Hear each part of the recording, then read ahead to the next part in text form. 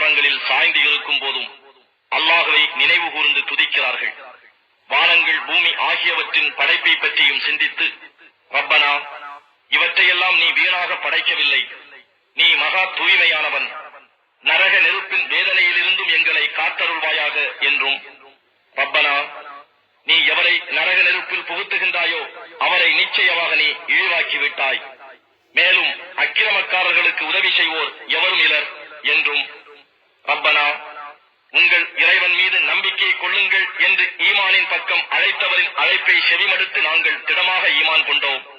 ரப்பனா, எங்களுக்கு எங்கள் பாவங்களை மன்னிப்பாயாக, எங்கள் தீமைகளை எங்களை விட்டும் அகற்றி விடுவாயாக, இன்னும் எங்களுடைய ஆன்மாக்களை சான்றோர்களுடைய ஆன்மாக்களுடன் கைப்பற்றுவாயாக என்றும், ரப்பனா, இன்னும் உன் தூதர்கள் மூலமாக எங்களுக்கு நீ வாக்களித்ததை எங்களுக்கு தந்தருள்வாயாக, மறுமை நாளில் எங்களை இழிவுபடுத்தாதிருப்பாயாக, நிச்சயமாக நீ வாக்குறுதிகளில் மாறுபவன் அல்ல என்றும் பிரார்த்தித்துக் கொண்டிருப்பார்கள்.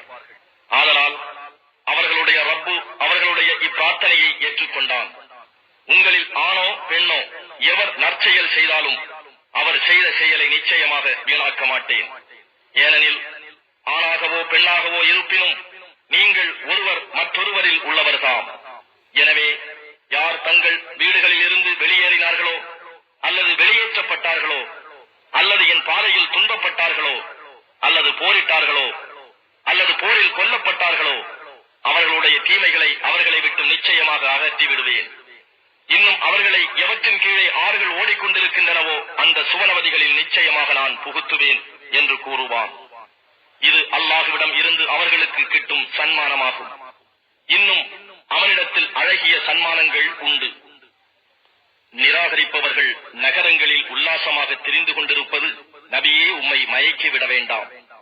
அது மிகவும் அற்ப சுகம். பிறகு அவர்கள் தங்குமிடம் நரகமேயாகும். இது மிகவும் கெட்ட தங்குமிடமும் ஆகும். ஆனால் எவர் தங்கள் ரப்புக்கு பயபக்தியுடன் இருக்கிறார்களோ அவர்களுக்கு ஆறுகள் கீழே ஓடிக்கொண்டிருக்கும் சுவனவதிகள் உண்டு. அவற்றில் அவர்கள் என்றென்றும் இருப்பர். இது அல்லாஹ்விடம் இருந்து நல்லோருக்கு கிடைக்கும் விருந்தாகும். மேலும் சான்றோருக்கு அல்லாஹ்விடம் இருப்பதே மேன்மையுடையதாகும். மேலும் நிச்சயமாக வேதமுடையோரில் சிலர் இருக்கிறார்கள். அவர்கள் அல்லாஹ்வின் மீதும் உங்களுக்கு இறக்கப்பட்ட வேதத்திலும் அவர்களுக்கு இறக்கப்பட்ட மற்றவற்றிலும் நம்பிக்கை வைக்கிறார்கள்.